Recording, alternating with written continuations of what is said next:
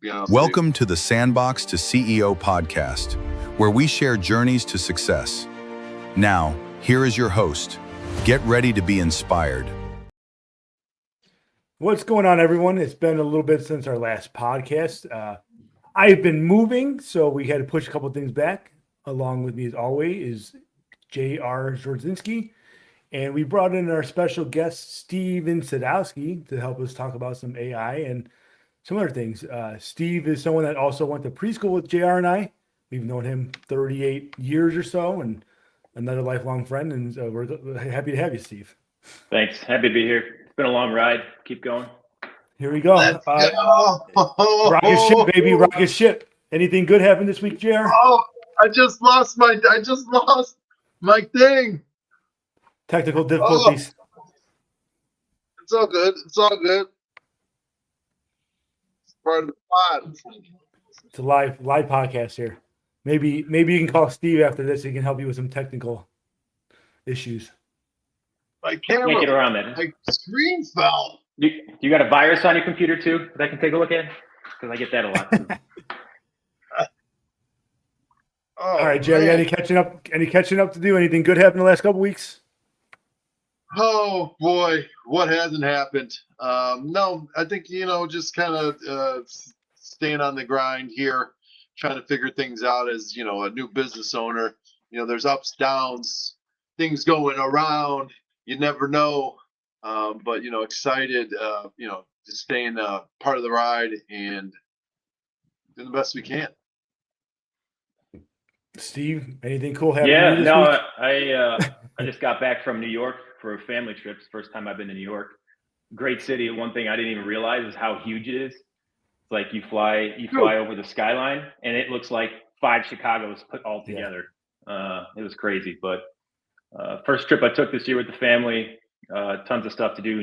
Normal tourist stuff like Statue of Liberty. Went to a Yankees game. The one thing I didn't anticipate was just how many people are there, because we stayed in Times Square. It was like Vegas on steroids, but just got to go with it. And again, I've just been moving, so just packing, unpacking, moving things around. Getting ready for the Bears.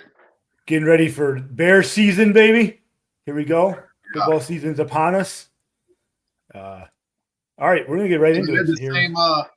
I had the same experience too when I went to New York. I live in New Jersey now, but I don't go to New York all that often. And I had my mom and my sister and my kids went up there. I don't know. Did you go to Central Park with all the rocks? There's all these rocks in Central Park. Yeah, we actually did. I didn't know that was a thing. Yeah, I didn't know that was a thing. But yeah, you get up. I think we went on what building we went off, but we went up on a building, and yeah, it's like 5 Chicagos together. And I didn't realize how big New York was either until I was up there, and I was like, "Oh, that looks like Chicago. What? That's Chicago. That's another part of Chicago." It is. Yeah, just with water all around it. And it was funny because we were at Central Park and we did a tour, and all the like movie scenes that were filmed there, like most of it was like kids movies. So the tour guide's talking to my daughter about like Home Alone and Elf, and it got me excited too because I think that's cool. So yeah, right. Sounds like a nice time. There you go. Jason, you been to New York or what?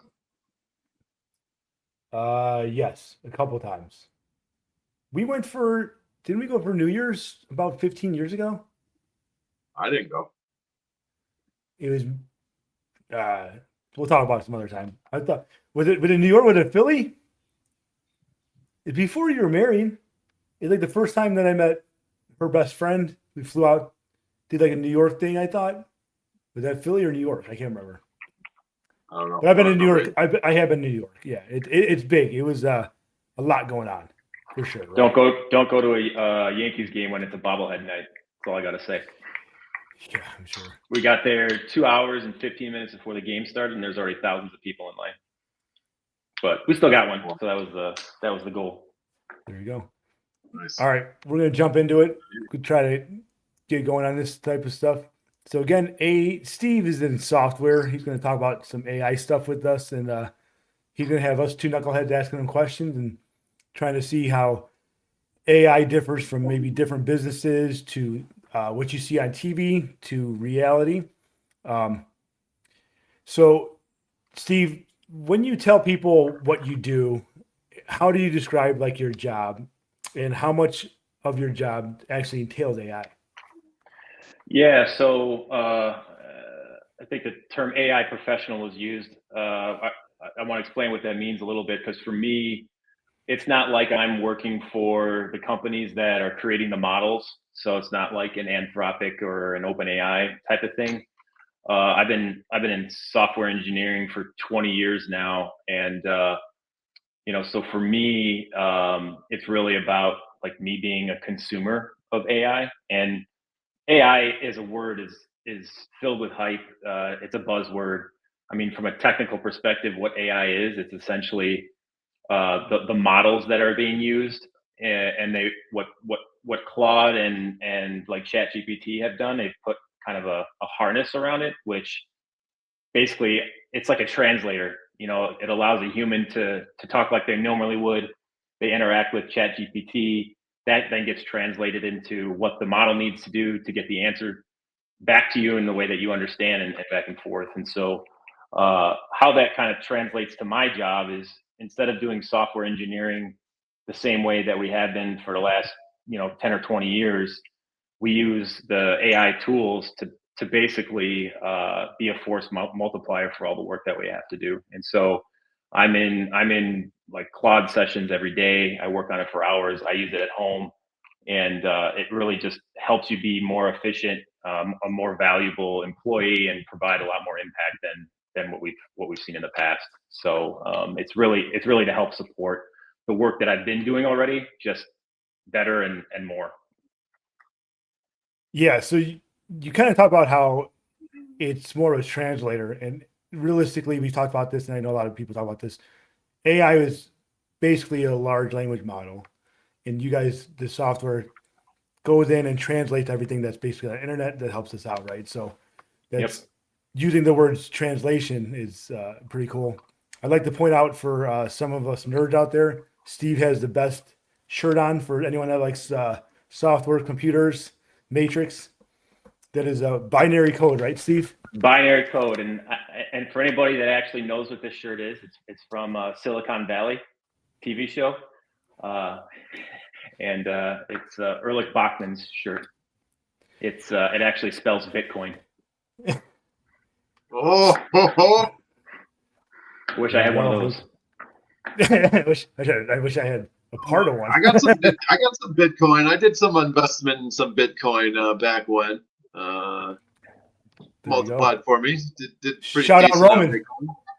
Shout out Mr. Yeah. Roman selling that Yeah, Bitcoin. Roman. My buddy Roman in Chicago. He's a big crypto guy, and really what happened for me as living in Chicago and was hanging out with some guys, and they were like, "You really need to invest or put some money in Bitcoin." And I didn't really know what it was, but I was like, you know what? If these guys are doing it, they're pretty smart. Turning emailing guys, Chicago booth guys. I don't want this thing to go to $1 million and not have some skin in the game. So I invested in it, and it did pretty well. There you go. So Steve actually came out and he's been helping me build a Claude co-work. Is that technically what I'm using here, Steve? Yeah. Yep. It was pretty interesting. Again, as everyone knows, I'm in construction, and a lot of people, I think there's a lot of fields out there that people don't use AI, or they're not using AI correctly in the field.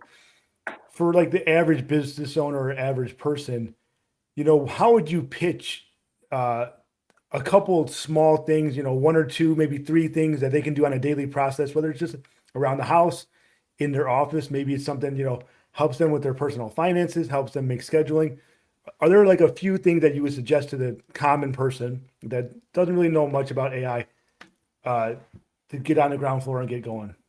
Yeah. I think the way I kind of want to have people think about this is like, well, what is AI actually doing for you? And I think a lot of people make assumptions that AI is going to provide you an immediate answer for whatever problem you're trying to solve, basically saying the model's going to do it for me. And that's not the case because, to be honest with you, large language models have been around for a long time, and they've been smart enough for a long time. But what actually makes it useful is what the models can see and what it's been told to trust. And so that's up to you to define. And I think the way to look at it is you don't really, I don't really want to give example of like, hey, here's some things it can do for you, but rather have you approach it conceptually. And really need to ask yourself is, well, what is it trying to do for me? Like, what are the outcomes that I want to do? So like, as an example, documents you don't want to read, right? Like a lease for an apartment, insurance policies, contracts, going back and reviewing a meeting recording that you have to pull information of. You gotta ask it. Well, what do I owe? What are my liabilities, and what is the risk? Those sorts of things. So you actually have to interact with it, and that's really where you get the value out of it. Other examples too, like things that you don't really want to have done at all. If it's too expensive, so like analysis that you said, oh, this is going to take too much time for me to do, or getting a second opinion on something, or just like housekeeping type items for your business, right? The stuff that kind of just always gets put to the back burner and you never really get to. It's this type of technology that will allow you to do that immediately, and you don't really have to spend any extra effort on it. It seems like for some of those more mid-grade or more complex tasks, you really kind of have to learn how to talk to the system. Like you said, it's not going to do it for you. You can't just do one thing. As you get into these higher level models, they're asking a lot more questions back. You're not clarifying enough. Do you want me to do this? What about I suggest do this? So like you said, it's not going to do it for you. You kind of have to walk through. You kind of have to talk to it, almost like it's like a child, and explain it. I don't know if you guys remember I remember like in fourth grade, we had to write a paper on exactly how to build a peanut butter jelly sandwich, word for word. I don't even think I got and then the teacher would read your letter and make you peanut butter jelly sandwich. I don't even think I got the piece of bread out of the bag, right? Because you had to explain it exactly, right? So I don't know if anyone else remembers that. JR, do you remember that, doing that? Yeah, How far I did don't how far did remember you what get? grade it is, but I don't remember. I don't technically remember, but I remember doing a project something similar like Yeah. that. I couldn't. Yeah, because not even getting under the bag, you had to untwist the twisty You had tie. to untwist the tie, take it out of the bag. So it's really it like you're saying, it's a tool, right? You kind of have to know how to use the tool. Everyone can pick up a screwdriver and kind of know how to use a screwdriver, but the way a professional uses a screwdriver compared to just the average homeowner, it's two different things, right? And that's learning how to use this tool, because that's what it is. It's not going to do it for you, but if you utilize it correctly, it's going to help you not only in just personal life, but it could help you in business and more. Yeah, I think and that's what. and really, Go ahead. there's multiple ways of doing that too, right? Because the way that you were describing the peanut butter and jelly sandwich problem is very true, right? Whenever I'm interacting with the tools, I basically talk to it like it's a child, right? But what you're doing is you're providing as much clarity and as much detail as possible, and that's kind of where like the prompting part of it comes into play, like describing all the information, making sure that what you want it to do is clear, and all that stuff. That's really just one part, because like I've been using these tools every day for the past 6 or 8 months, and most of my time that I have been spent is actually not on prompting.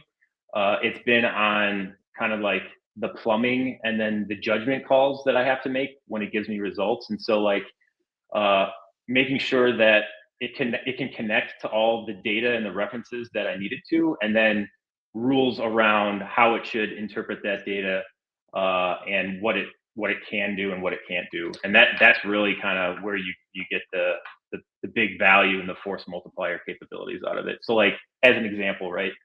We talk about like the assumption that models are super smart and it's going to do all the things for me. But like if you think about like a new hire at a company, right? You could have found like a diamond in the rough type of candidate. He's a genius. He or she's a genius, has read every single book ever made. But when they're hired, they don't even know where the bathroom is. They don't know who your customers are. They don't know what your revenue is looking like. And so all of that stuff has to be taught to them. And this is kind of like taking that same concept, but to these technical tools, and then you're going to get a lot more out of it. Yeah. Makes You know, sense. That's where I struggle the most is knowing how to talk to it, right? I've done some, chat GPT stuff, but like with the prompts of being like, you have to be super, I wouldn't say super specific, but what I've been learning, right, is, I'm a small business owner looking to expand my network or looking to provide a marketing piece kind of thing. And like, you have a persona, right? Is that true or false? There's a persona that you kind of need to build. Yeah. I mean, specific to software development, for anybody that knows that industry, you have the engineer that does the coding, but you also have project managers, you have product managers, you have like agile scrum masters. And, what we've basically done are take like the roles and the responsibilities, meaning the rules of what those people are supposed to be doing. And you can actually define that for the AI tools to use and leverage. And then that way there's boundaries that are put in place to achieve kind of the same output that those roles would do. So personas is definitely a big part of it. Okay. And then before we go to our next segment, this is an open question, JR, Steve, is there anything that you guys have used AI for just for fun? I mean, we're going to get a little more deep into this and how to use it and stuff like that. But, it can be used for fun. I like to, me, when we go out to restaurants and games and stuff, I'm snapping your guys' pictures and making you guys do silly things and videos and stuff like that. But putting my nieces and nephews in like bunny costumes on Easter and things like that, or anything like that you guys like to do around the house or even at work? Or am I the only nerd that's doing stuff like that? Yeah, you're kind of the goofy example. I'm more of the Yeah. practical example. Okay. So like I was talking about my New York trip, right? Every other trip that I've taken has been to Disney, and I'm not going to Disney this time just because it costs so much money. We're talking, thousands and thousands of dollars. So, one, I'm going to New York for 4 days. I want to do all of these things, right? Statue of Liberty, the Yankees game, Central Park. There's a couple of like experiences that my daughter was going to do for like create your own custom Barbie, stuff like that. And I need to pack all of that in 4 days. Also going to Broadway. I actually list that out and say, here's all the things that we want to do.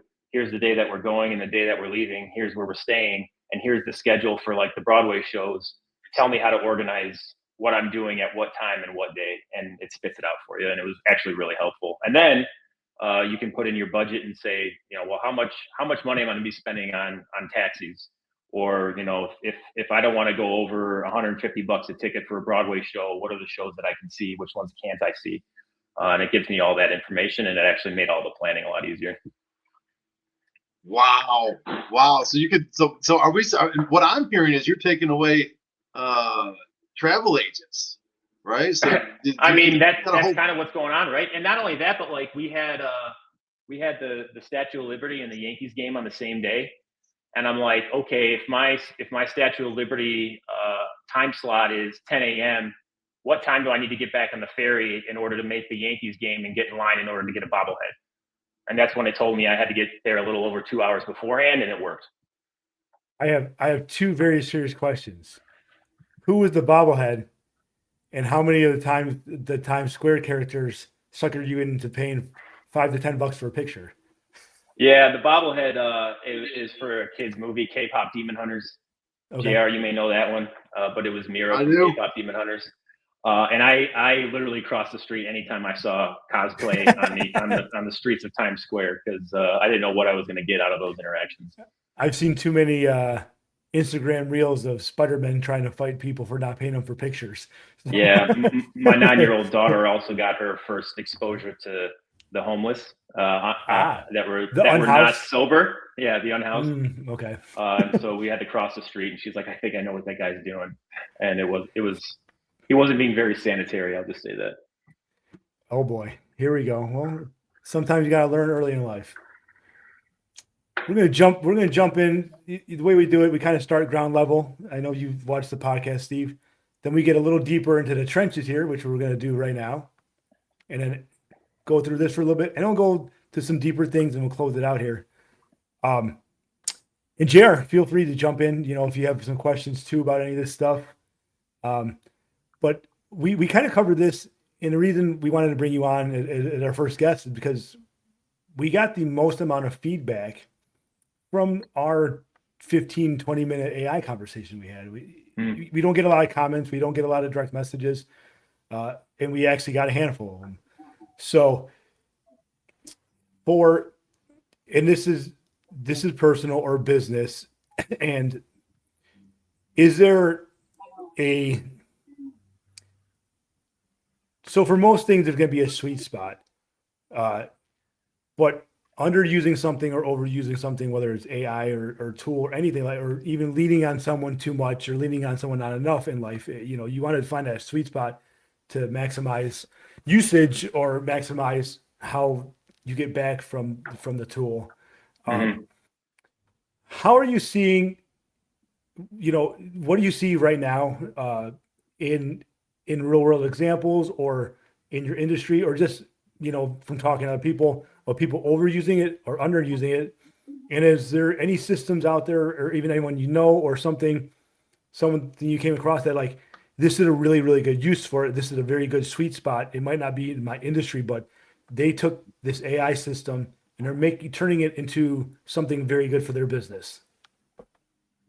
Yeah, I think from the overuse perspective, I think when people, kind of like we were saying before, just want to use it to get answers right away, that's where people overuse it, because essentially what that means is that they're just looking to get the answer that they're already thinking of already, and then it does nothing for them. I think the way to kind of achieve that sweet spot is, okay, I have an opinion, or somebody's asking me for guidance. You can still use your own judgment on what that opinion is, but really, I would say the sweet spot of using AI is really about digging for like the reasoning behind it, data points or evidence, something that you can defend and say, here are the 10 reasons why this is why I formed my opinion this way. And that's kind of where like it's defendable and it's objective, right? And you're not just kind of talking out of your ass. Yeah, to me, honestly, your first answer there, or the whole explanation is, you're almost saying, and I correct me if I'm wrong, people are overusing AI by underusing it. They're using it too often, but not using it and prompting it correctly, like we kind of talked about in the first segment there. So you're saying to learn how to use it, it's not using it too much or not using it enough. It's that sweet spot is learning how to use it correctly when you need to use it, not just asking it. People are asking questions that they kind of know the answers for, that they want to be reassured that they're right. Exactly. But if they dug a little deeper, maybe they'd be able to expand their knowledge or learn something new. And that's really where it's most powerful, to be honest with Yeah. you, to go deeper. Yep. I got a question here. Let's see. We're talking about overuse and underuse, right? What is your take on, like, I keep seeing a lot of things like using AI for resume building or job searching and things of that nature. Is there what are your thoughts on that? Well, that's kind of where it gets murky, because I think the way that you're going to get the best results from using AI is when whatever you're putting into it, I'll use the term deterministic. So something like math, right?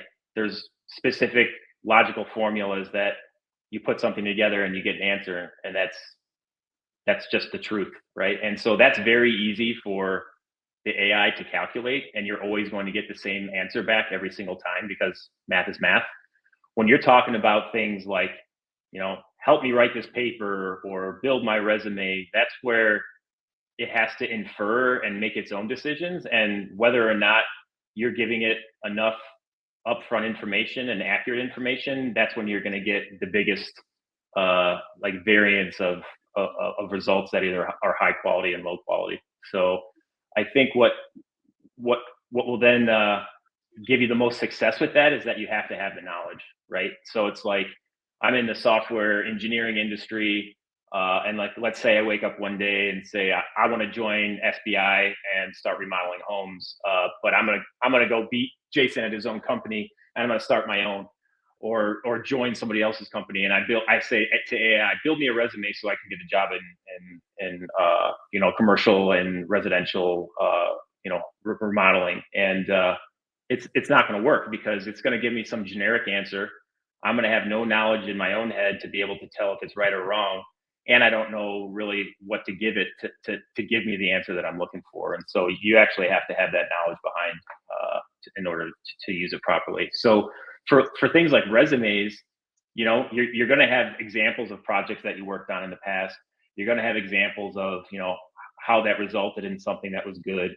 And then that way it gives you more confidence that whatever you're getting back from AI is accurate or not accurate. It's almost like, would you say, is it good for formatting? Would you use like, what if you have a resume, right? And then you're just like reformat, or, use keywords for XY job. So you're kind of giving it that background of, your highlights, your highlight reel of your career. And it's just kind of reformatting. Yeah, no, that's true. But like, there's a difference. It look pretty. And here's the difference, right? The best way to use it is to give it very explicit instructions behind it. So if I just say reformat so that more people will, choose my application, there's a lot of different ways the AI can interpret that. But as a more specific example, I know for a fact, because I hire people, that recruiting companies use their own software to scan thousands of resumes, and then they use software to pick out the ones that they want to move forward with. But what you can then do is say, hey, AI, reformat my resume so that recruiting companies, with the tools that they're using, will recognize my resume as either approved or readable, or they can get the most answers from the content I'm putting in there. And so you just got to be a little bit more specific. It's almost like that's a nugget right there. That's a nugget right there. Yeah, it sounds Right? like, going back to your Yankees game, it almost sounds like AI is the cleanup hitter, right? If you want to score some runs, you got to put the people on base yourself. And then I like to use, when I write emails, I'll use the polish option. I won't do the write for me, but I'll write it in my own words. I'll polish it, and then I'll clean it up again because it sounds too AI sometimes. Mm-hmm. And some people just click the respond, and it's way too much. So it's like, it's a good tool to do certain things, but you really have to watch it. You have to get the right information, that we keep on saying, and you can't just solely rely on it. And even in the disclaimers, when you run any of these tasks, it will say, hey, we make mistakes. You have to double check our work, right? Well, not only that, but sometimes if you don't have that knowledge, it'll sound accurate. And so unless you have that knowledge or can cross-reference that with another source or something, you may be then, restating something that isn't really true. All right. I'm going to jump to the next one.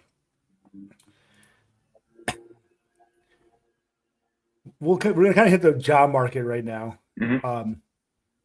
Between automation, workforce, replacing, augmentation, adaptation. Where do you see, some people are saying AI is going to do everything, turn robots. The more AI, other people are on this flip side saying people are still going to have to run the AI and control it and modify it. So there might be some mid, upper level, lower jobs level, but a lot of those jobs will be replaced with other tasks. From someone that's being not exactly in the AI, but the software and the computer industry, and when you were still writing code when you first started, and now a lot of the stuff you're working with AI to help write code and recode, right? So where do you see it going? Maybe not only in your industry, but automotive industry, construction industry, sales. Do you have any opinion about any of that stuff? Yeah, I mean, the way that I would look at it, and I'll ask the question, what is a job? And really a job is like a bundle of tasks, right? Yeah. You have to do all of these things. The part that you need to ask yourself is what is a repeatable task that just takes effort and time versus the tasks that generate new value, like innovating or critically thinking or problem solving. And so when I think about like how it affects the industry, uh, what AI is going to do is it's going to remove the effort needed by people today to do those automated tasks. And so that's what the impact is going to be, in my opinion. Now, what does that mean for those specific people in those roles? Everybody has a part of their job where it's just like tedious stuff, right?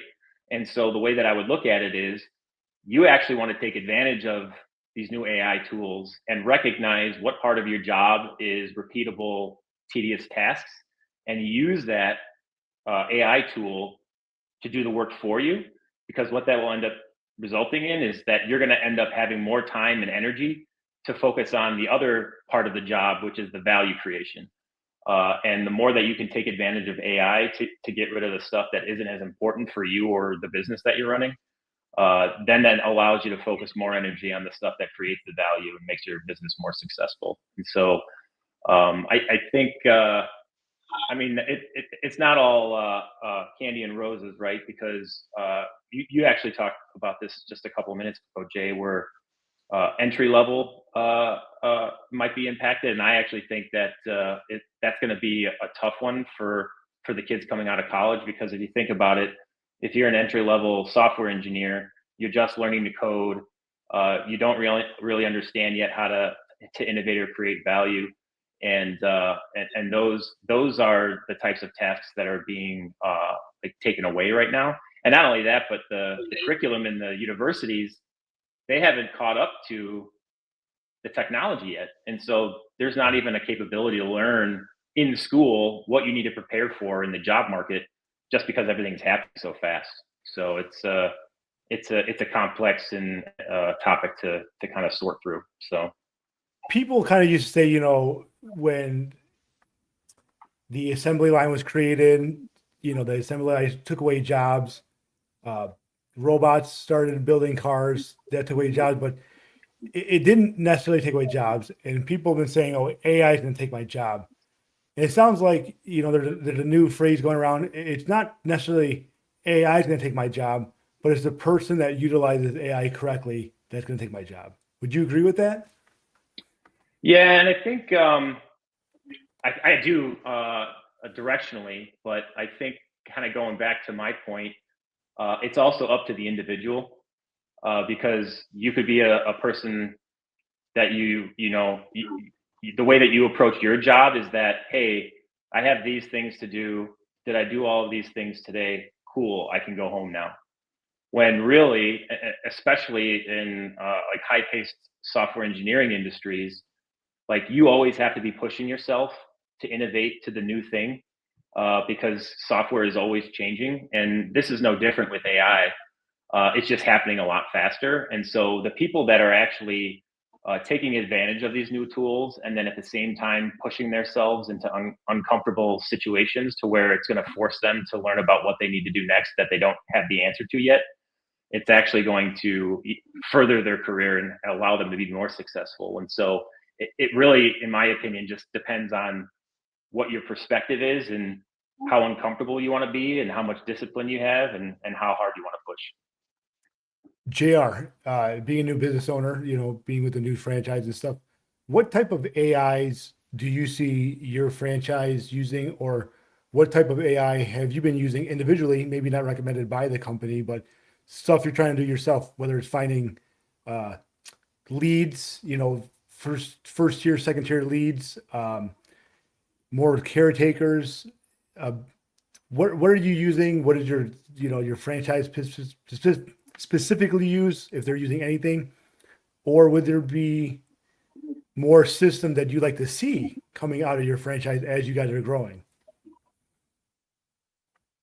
Yeah, well, I would just say that at this point right now, like using some some chat GPT in simple forms, right? I need to get better at it, right? I think we all can get better at it. But as far as, right, it could be as far as, there's simplest form. I have I have these accounts that I want to go hit, map out these accounts in the most, in the most economical or quickest route, right? That's really easy to do. Building marketing plans. Hey, I'm looking for tier 1 rehab facilities that have X amount of median income, that are private pay, that could benefit from second family resources or services. And it will come out and shoot me, a list of all of the tier 1 facilities, right? Instead of, years ago, right, you would have to go through and go to each one door by door, figure it out. Hey, how many people are getting discharged from this facility? Is it, what kind of clientele is in this facility? Is it private pay? Is it, Medicare, Medicaid? So I am not at all using it to its fullest capacity, but I'm learning, right? That's the thing that we're trying to do is, we're learning how to use it, right? I'm trying to learn how to prompt it correctly. That's why this conversation is really interesting to me, is because, I think to, Steve's point, we have to use it, but we have to use it correctly. And the other thing too is, I think I want your opinion on this too, Steve. Like, what I've heard from AI in building it is, right, we gave it so much information so quickly. Where are we going to get the rest of this information from, right? Because we gave it thousands of years of information, and then now where are we going to get all this information for it to learn more? Or is it just learning from itself, which I don't know about that, right? Like, what do you guys think about that? Or what do you think about that, Steve? I mean, for me, all of that broad information, like, hey, we have everything from the internet up until whatever year it was, 2022 or whatever. That's all just reference information. I think the way it gets smarter is actually personalized to your individual situation. And that's really where the importance of, okay, if you're building AI capabilities within your business to do research on, where your market opportunities are, you have to tell it, well, here's all the facilities I want to investigate here. And like you were saying, median income, here are the rules that you need to use in order to identify these things. That's how it gets smarter. All of that broad historical information is really just references for it to kind of check itself. But when you're pointing it at the very concrete, objective, and boundaried information for the things that you need to solve it for, that's where it becomes smarter and more powerful, specific to you. Because it's not going to know everything and give you the exact answer for the thing that you need just by getting more like global or public or internet data. Because that's unrealistic, I think. You're saying I'm on the right track. Yeah, exactly. So here, I'm on the right track. That's all I need to know, is that I'm on the right track. I'm going, little baby steps, one after the other, but I'm on the right track. I think it's, for the average person, right? Like my dad, like my mom uses ChatGPT, but she's using it very remedial, really like, what's a place to eat at, or, things of that nature, which, this podcast is for them too, right? Yeah. To just kind of figure out, maybe they didn't know to like, hey, like, let's put boundaries on it so we get more specific. And if one person comes off of this podcast and says, hey, you're listening to these 3 goofs talk about it, and we figured out, grandma or mom or, dad all of a sudden comes up with a different prompt that maybe they didn't know that existed, and it works for them.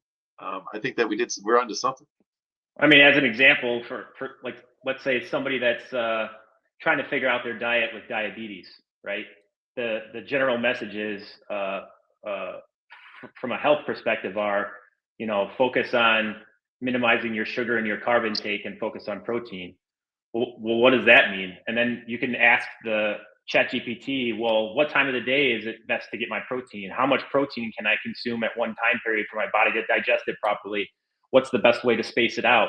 when should I introduce carbs? When is my body going to process the insulin effectively? Stuff like that. And it's like, I think that's where kind of the education part of it comes in. And not everybody's going to be able to understand and kind of navigate that on their own. I think it's going to take time. But as this becomes more common and this has been out in the world for a longer period of time, I think that stuff will start happening. Well, for those Do you hear that, Papa Russ? Do you hear that, Papa Russ and Mimi? We could ask ChatGPT when he should be eating, what he should be eating, what time he should be eating, proteins. Easier. Yeah, and then easier you can say, said "Oh, than look, done. Food prep sucks, right? What's the best way for me to prep my food for the week if I only have 2 hours on a Friday night or something?" And it'll give you some recommendations. For those that want to call Steve, again, his phone number is on his shirt. So go ahead and just dial that number, ask him any questions. So we're moving along pretty good here. We're going to jump into our last segment. I made a special segment just for Steve here, who Spicy one at the end. A little spicy one, and he's into Star Wars a little bit. So AI, is it a Jedi or is it leading us to the dark side? Let's talk about something that you see, that some future risks or some future benefits to close it out. Some things that you think people should look out for, whether it's a pro or a con, and some like closing reflections. And if you had to give a few words of advice to, again, someone at home, a business owner, what would you do? Let's talk about a few of those things. Yeah, I mean, I think I think actually the underlying meaning behind stuff like the Star Wars dark side and light side is that there's always going to be both, right? Yeah. And that's true for technology as a whole. I mean, you want to talk about social media, there's pros and cons to that as well, right? I mean, social media allows people to, stay close to each other, even if they're living on opposite sides of the country and keeping up with the day-to-day life, even though they're thousands of miles away. That's a positive, right? But then, on the negative side, people can get addicted to social media, and then they spend all their time there, and they kind of create this false reality by posting on the internet as opposed to actually doing things in their own life. And then getting addicted to it, and then they're staring at screens for hours a day and not actually being productive with anything. I mean, the same is true for AI, in my opinion. It's just at an even a higher level. So, like, you want to talk about like the positives. I mean, I'm sure there are things that like the world hasn't even thought about yet that this will help solve. I mean, I don't know. I'm just speculating a little bit, but like in the medical industry, I can see like AI being able to reference all of the historical patient data on how somebody was diagnosed with cancer, right? And how long did that take to diagnose somebody with in the past, weeks, months, years, whatever.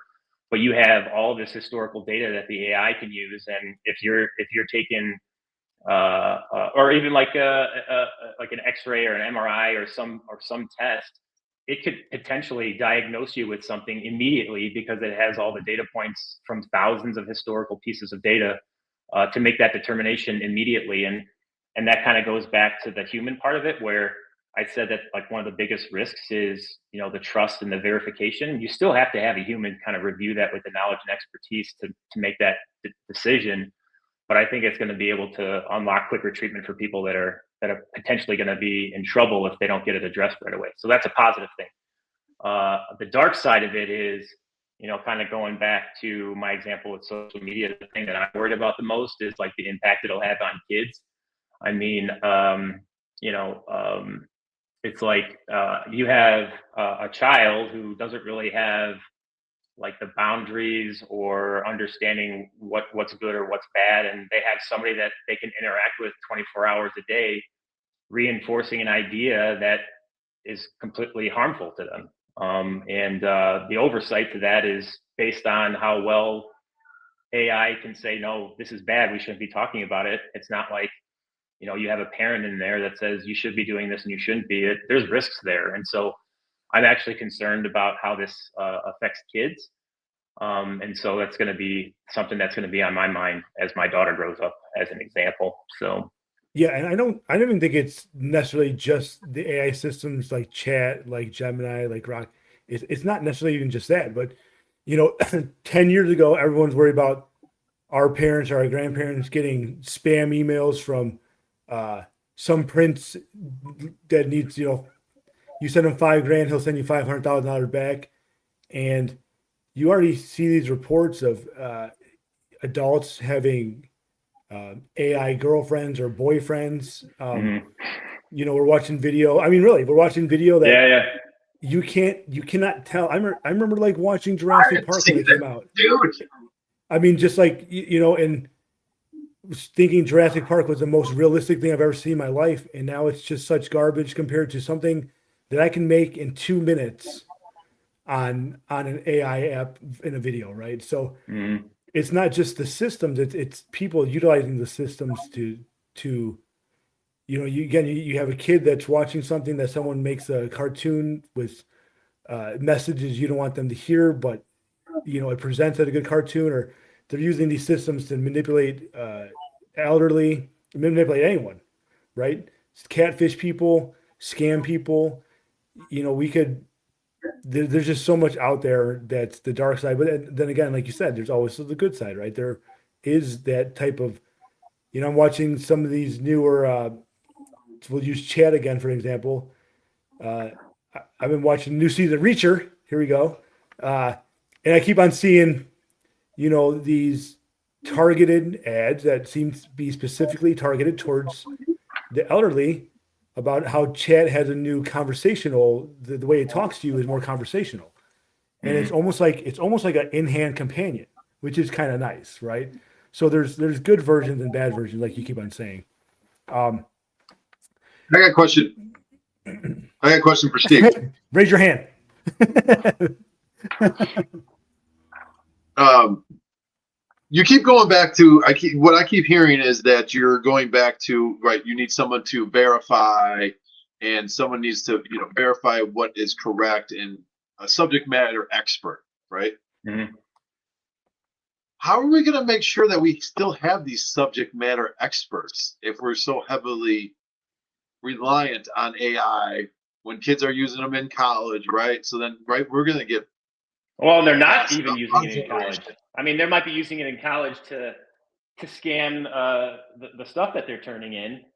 But that I think that's actually a very good call out because I don't know if anybody has the answer yet. I think the way that my perspective, like at least in software engineering, is that one. I think there might need to be some boundaries put in place where you have more of the senior engineers that have been in the industry for a longer period of time that have that knowledge. We, I may want to have them use the AI tools more frequently, or maybe as the entire way that they perform their job. Where if I have a junior engineer that just came out of college, I may not allow them to use the tool at all and code by hand. And then as they kind of increase their skills and their knowledge, then gradually move them over to the AI tools. It's definitely a concern that I agree with you on. It's just I don't really even know what the right answer is, just because this is so new and moving so fast. But it's a legitimate talking point for sure. Because It's I a feel like I'll know for a fact. I know for a fact.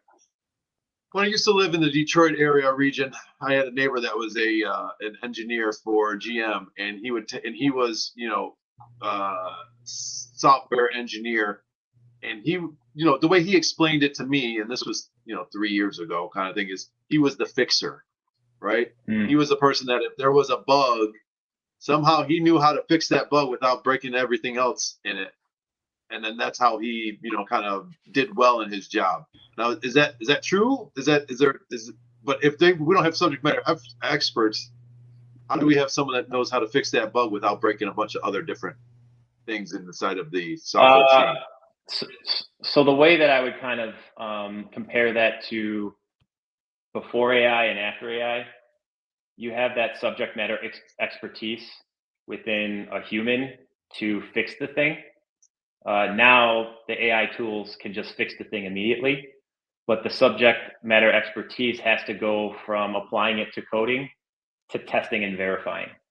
And so like the actual coding part of the fix is now solved for you, but you have to put in the right tests and ask and make sure that it has like the right coverage and the right, I guess, monitoring. I'm getting a little too technical, but you essentially shift that verification from the knowledge of using it for coding to like testing verification. So it shifts a little bit based on what new capabilities are out there.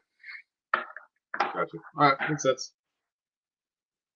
This has been absolutely awesome, Steve. I think I know I got a lot of it, a ton out of this conversation. I was a little ahead of it because you were nice enough to come over and help me out with some of my stuff that I learned. The couple hours we spent, I learned a crazy amount from you. But I think Yeah, I remember your surprise when the concept of using AI to use AI. That's kind of how I was building your workflows, and it's AI absolutely conception. true. Yeah, exactly. I think JR, you got some good insight. Just I think the people are overusing AI by underusing it. I think that's something that I never thought of before, right? You can overuse something by underusing it. It's kind of a weird concept. Not knowing. Yeah, and I think if I had to like give a piece of advice for somebody that's trying to get started with it, like for the first time, I think the underusing comes into play when you're trying to get an answer for something that you don't know. I was basically forced to dive into this stuff just because it's impacting my industry so much. But I guess my learnings from it kind of reinforce the concept of when you're using it for the first time on something, use it against something that you already know and know how to judge, because then you'll be able to understand like where does it go wrong, where is it right, where is it wrong, what's good information to give it, what information would you give it to make it go sideways, stuff like that, and then just build from there.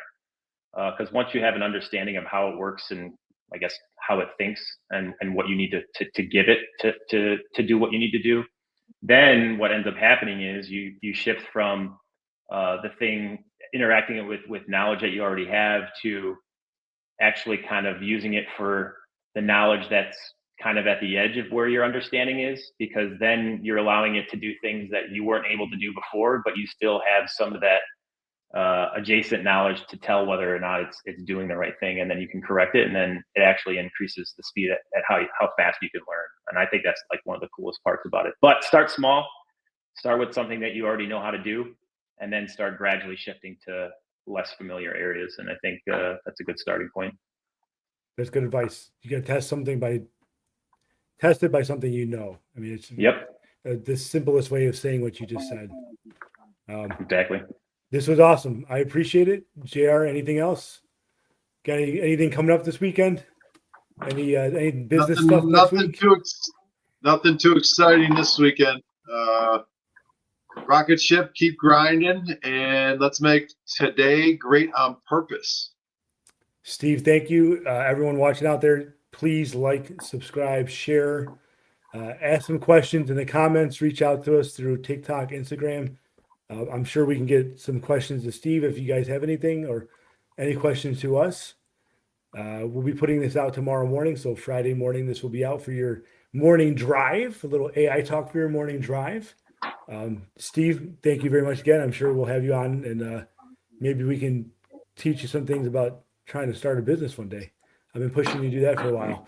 I'm always wanting to learn. So, all right, guys. Watch have a good weekend. Rocket ship, guys. Rocket ship. Later.